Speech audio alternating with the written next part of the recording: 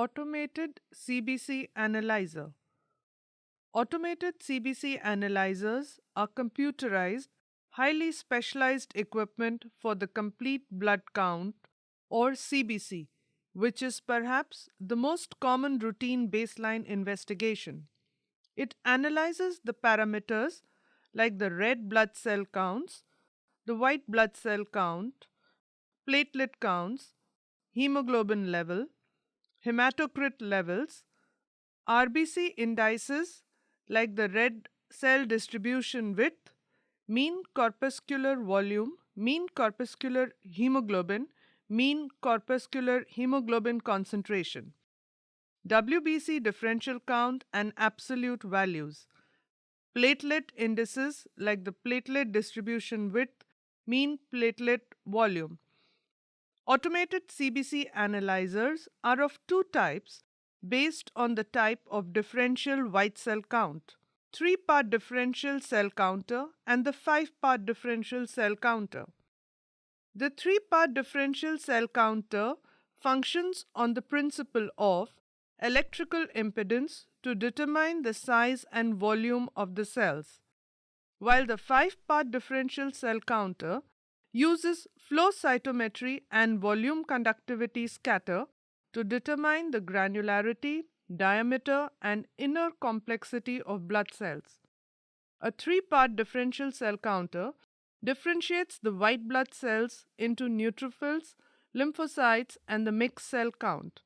It is unable to distinguish between monocytes, eosinophils, and basophils, whereas the five-part differential cell counter differentiates white blood cells into neutrophils, lymphocytes, eosinophils, monocytes, and basophils. Principle: Automated CBC analyzer aspirates the required quantity of blood, quantifies, classifies, and describes the cell population using both electrical and optical techniques. The three main technologies used in hematology analyzers are photometric method for hemoglobin estimation. RBCs are lysed and hemoglobin released is converted to a colored measurable compound. A monochromatic light from a light source is then passed through the solution. The absorbance of the solution is measured by a photosensor in the hemoglobin flow cell, calculating the hemoglobin concentration. Second is the electrical impedance, also known as Coulter principle, which is used to count the white blood cells, red blood cells, and platelets as they pass through an aperture. As each cell is drawn through the aperture, a change in electrical resistance occurs, generating a voltage pulse. The number of pulses during a cycle corresponds to the number of cells counted, whereas the amplitude of each pulse is directly proportional to the cell volume. The different cell components are depicted in respective histograms as per their size distribution. Histograms are graphical representation of numerical data of the different cell population counted on the cell counter. The x-axis represents the size of the cells in femtoliter, which was assessed by the amplitude of the pulse. The smallest cells, that is, the platelets, are represented on the left side of the histogram, and the largest cell population is represented towards the right side. On a peripheral smear, we assess the cell size by its diameter in mu, whereas and in an automated analyzer, we assess the cell volume, which is represented in femtoliters. However, the mixed cell population of eosinophils, monocytes are seen left of the neutrophils on the histogram because of the shrinkage of these cells due to stromatolizer effect. Flow cytometry by volume conductivity scatter or fluorescent flow cytometry. This is used in the five-part analyzer for white blood cell differential counts. This technique is more expensive due to the expensive reagents. It gives detailed information about the morphology of white blood cells. The principle of flow cytometry by volume conductivity scatter. Besides using impedance principle, 5-part differential cell counters employ flow cytometric principles. Through hydrodynamic focusing, cells are passed through an aperture in a single file. A laser beam then focuses on these cells as they pass in a single file.